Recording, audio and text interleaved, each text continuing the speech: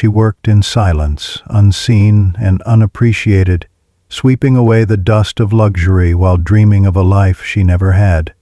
But what she didn't know was this: the man behind those marble walls was her father. Stay until the end, because the truth will break your heart and rebuild it in the most beautiful way. At exactly 6:00 a.m., the back gates of the Belmont estate creaked open with the same tired groan they made every morning. Elena Cruz slipped through, head down, cleaning supplies in hand. Her uniform, neatly pressed, hung slightly loose on her slender frame. Her black hair was pulled into a tight bun, not because anyone required it, but because that's how her mother had done it before she passed. Elena had worked at the Belmont mansion for 3 years, 6 days a week, never late, never noticed. She entered through the staff corridor, walked the long marble hallway, and began her routine. Dusting the grand piano no one ever played, polishing the crystal chandeliers that never flickered, vacuuming carpets so thick they erased her very footsteps. The mansion was beautiful, almost unnervingly so.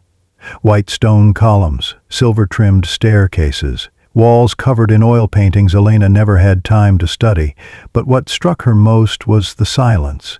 For such a grand place, it felt hollow, like a memory frozen in time. The owner, Mr. Adrian Langford, was rarely seen. A billionaire businessman, they said, cold, reclusive. Lived alone since his wife died. Elena had caught glimpses of him, maybe twice. Once coming down the stairs in a charcoal suit, another time speaking curtly to his lawyer in the front gallery. He never looked her way. She never expected him to. That morning, as she scrubbed the tiled floor near the west wing, a section most staff never entered, she noticed something odd. A door slightly ajar. It led to a private study she'd been told was off limits. Her first instinct was to ignore it. But the wind outside had picked up and the door creaked louder with every gust. She pushed it open. Inside, the study was dim but warm. A fireplace crackled faintly. Books lined the walls. On the desk sat an old photo frame, dust-covered, tilted forward. Elena stepped closer. Something in her chest tightened. The photo showed a woman, young, smiling, with a newborn in her arms. She recognized the face instantly, not the woman's, but the baby's. It was her. She stumbled back, breath caught in her throat. 1,000 questions screamed inside her. Why was her baby photo on Mr. Langford's desk? Why would a man like him have that? She had no siblings. Her mother had raised her alone, always avoiding questions about her father. A sound behind her made her spin. Adrian Langford stood in the doorway. He looked older than she remembered, sharper, sadder. His eyes fell on the photo, then on her. He didn't look surprised. He looked like a man remembering something he'd tried to forget.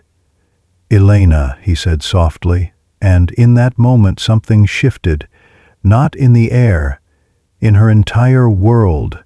Elena couldn't speak. The sound of her name coming from Adrian Langford's mouth felt like a thread pulled loose from the seam of everything she thought she knew. He stepped into the study, slowly, as if approaching something fragile or sacred. She looked at him, wide-eyed, her pulse loud in her ears. "How do you know my name?" she asked, her voice tight and shaking.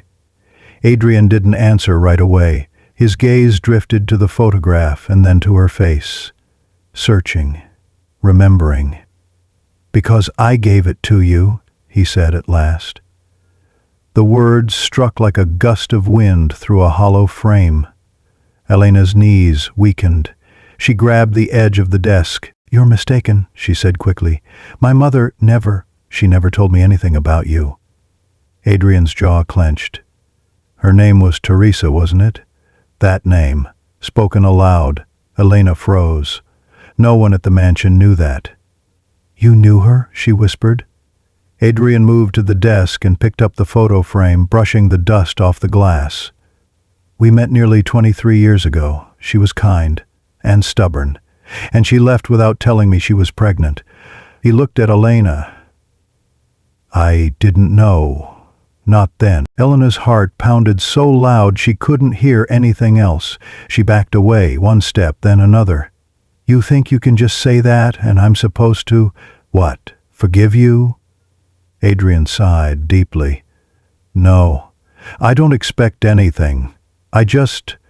He paused, the weight of years pressing down on his shoulders. I saw you here a year ago. I thought I was seeing a ghost. At first I didn't believe it. Then I had one of my men run a background check. Your name, your birth date, your mother's last known address. Everything matched. Elena's breath caught. You knew all this time and said nothing. What was I supposed to say? He said quietly. You were a stranger, and I was a coward. She turned away, her throat burning. All this time I worked for you, cleaned your house invisible, and you let me. I watched, he admitted. I watched you grow into someone strong. Someone your mother would have been proud of. But I didn't know how to step in. Elena pressed her palm to her forehead. It was too much. Her father, this man, right here. Her whole life she had wondered if he was kind, cruel, dead. She never expected him. I want to talk, he said softly, if you'll let me. She turned to face him, her eyes shining but hard. Then start with this. Why didn't you look for us? Adrian's voice broke as he answered. Because I didn't know you existed, and by the time I did, I thought I'd lost my chance. The room held a long silence. Then Elena nodded, once. You have 10 minutes. Don't waste them. And for the first time in over 2 decades, father and daughter sat across from each other, not as strangers, but as two people finally confronting a truth too long hidden. Elena sat stiffly across from him, the space between them crowded with years of silence and questions. Adrian leaned forward, elbows on his knees, eyes studying her face as though trying to memorize it. Your mother was the strongest person I'd ever met, he said, his voice low and reverent. We met during a conference. I was still building my first company. She worked at the hotel. We talked every night for a week. Elena didn't interrupt, but her hands curled into fists in her lap. And then she disappeared, she said, her voice tight. Adrian nodded slowly. One day she just stopped answering. I searched for a while, but she was gone. No number, no trace. I thought maybe I'd scared her off, or she'd moved on. Elena swallowed hard. She used to cry when she thought I was asleep, she said, surprising herself. I always thought it was because she missed someone. I asked once and she told me, some things are better left in the past. Adrian's face twisted. Pain, guilt, recognition. She probably thought she was protecting you. From me? Or maybe from the world I lived in. He rubbed his hands together, suddenly unsure. I didn't grow up in a family that stayed. I wouldn't have known how to be a father back then. Elena tilted her head slightly, her voice quiet. And now? He looked up at her, his eyes brimming. Now, I want to try. If you'll let me. The words landed with a strange softness. Not a promise. Not a plea, just a beginning. Elena stared at the fireplace, the same one she'd dusted for years without knowing the man who sat beside it was her blood. She thought of the birthdays passed with just her and her mother, the night spent wondering why she was never enough to be remembered by the man who helped create her. And now, that man was here. Not perfect, not begging, but trying. I used to make up stories about you, she said suddenly, that you were a secret agent, a traveler, a hero too busy saving the world to come back for me. Her voice cracked just slightly. Never imagined you were living in a house I cleaned. Adrian gave a broken laugh. I used to imagine I'd be remembered for the companies I built, but lately, all I care about is the people I've let slip through my fingers. A long silence passed. Then Adrian reached into the side table drawer and pulled out a velvet pouch. He opened it carefully and handed it to her.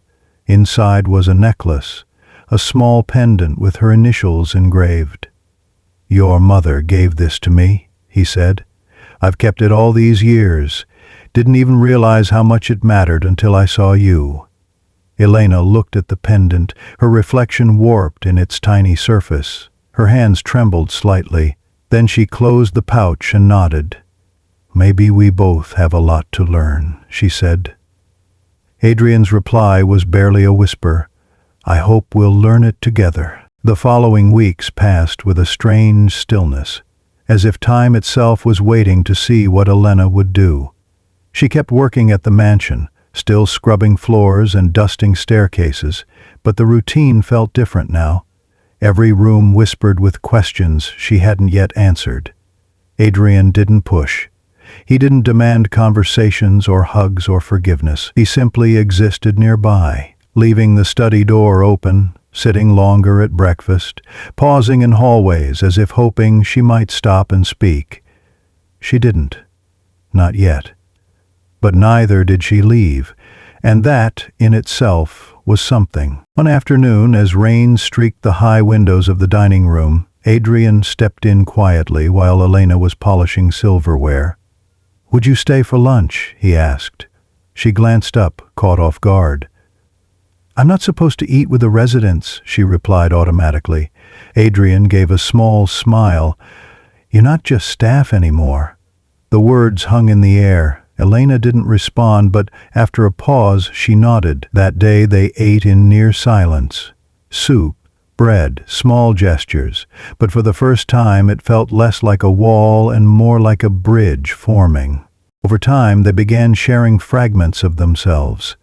Adrian told her about his childhood, cold, structured, with a father who only believed in discipline. Elena shared stories of her mother, how she used to dance in the kitchen with a wooden spoon, how she worked double shifts but always saved the last piece of cake for her daughter. These stories were told in short exchanges, in passing, over tea while folding linens. Nothing grand, but each one stitched a new thread into the space between them. One evening, Adrian asked if Elena would join him in the study. She hesitated, then followed. On the desk was a folder. "I had my lawyer draft this," he said, sliding it across. "It's not about money, it's about acknowledgement. This makes you legally mine, my daughter." Elena stared at the document, heart thudding. "And what if I'm not ready for that?" she asked. Adrian nodded slowly. "Then I'll wait, but it'll be here when you are." He didn't look at her with expectation, only hope. Later that night, Elena stood alone in the study. The fire had gone out. The papers still sat on the desk. She reached out, fingertips brushing the edges of the folder. She didn't open it. Not yet. But she didn't walk away either. Somewhere inside her a door had creaked open, like the one that led to this discovery in the first place. And though she wasn't sure what came next, she knew this. The space between them was no longer empty. It was becoming a place where something like love might begin. It was a Thursday morning when everything shifted. Elena had just finished arranging fresh flowers in the foyer, something she found oddly comforting, when Thomas, the gatekeeper, radioed in. "Sir, there's someone here to see Mr. Langford," he said, his voice crackling through the intercom. "Says it's important." Adrian stepped out of the study, brow furrowed. "Who is it?" "A woman. Early 50s. Says her name is Vanessa." At that name, Adrian's face changed. Elena noticed it. A flash of recognition, followed by something more complicated. "Let her in," he said after a long pause. Elena stood still, vase in hand, as the heavy gates creaked open in the distance. Vanessa arrived 10 minutes later. She was tall, poised, dressed in a sharp navy coat that looked expensive and impersonal. Her heels clicked crisply on the marble floor as she entered. Her eyes scanned the room before landing on Adrian, then briefly flicked to Elena and stayed there. "Well," Vanessa said with a dry smile, "this must be the girl." The words were smooth but laced with venom. Adrian stepped forward. "Vanessa, not here, not like this." Elena felt her throat tighten. "Who is she?" she asked quietly but firmly. Vanessa didn't wait. "I'm his ex-fiancée," she said, "the woman who stood beside him when he thought his wife's death would break him. Until, apparently, she didn't." Elena turned to Adrian, who looked pale. "You were engaged?" she asked. Adrian nodded, shame darkening his features. "It was years ago. I ended it not long after I saw you here the first time. I couldn't pretend anymore." Vanessa scoffed. "Pretend? Or hide? I always wondered what secrets lived in this house. Looks like I found one." Elena felt exposed. Her hands clenched around the edge of the console table. "Why are you here?" she asked. Vanessa's eyes narrowed. To remind him that blood isn't everything. That just because you share DNA doesn't mean you know a person, or that they belong here. The words stung more than Elena expected. She'd fought to keep herself guarded, to stay logical, distant, but something about Vanessa's presence, her icy confidence, her sharp judgments, chipped at the fragile thing Elena and Adrian had been building. Adrian turned sharply. "That's enough," he said. "You don't get to come into my home and speak to her that way." Vanessa raised her brows. "Your home, or hers now." She turned and walked toward the door, her heels echoing like a final warning.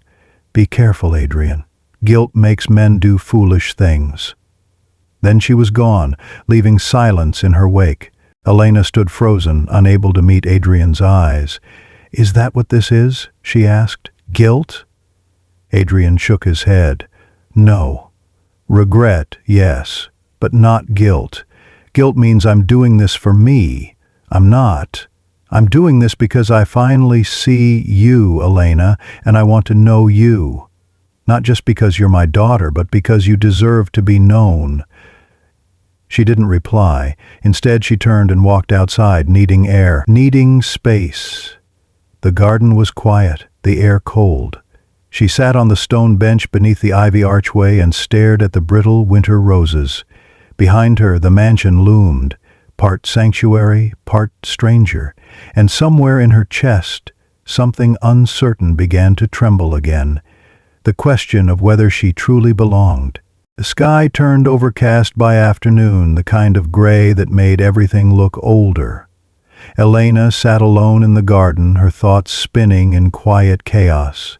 Vanessa's words echoed like a sour aftertaste, sharp, poisonous. But it wasn't just the bitterness that lingered, it was the fear she had tried to bury. That she didn't belong here, that this fragile connection with Adrian was a temporary illusion, one that could break with a single outside opinion. She hadn't realized how much she wanted it, this link, this truth, until someone threatened to invalidate it. Adrian didn't follow her right away.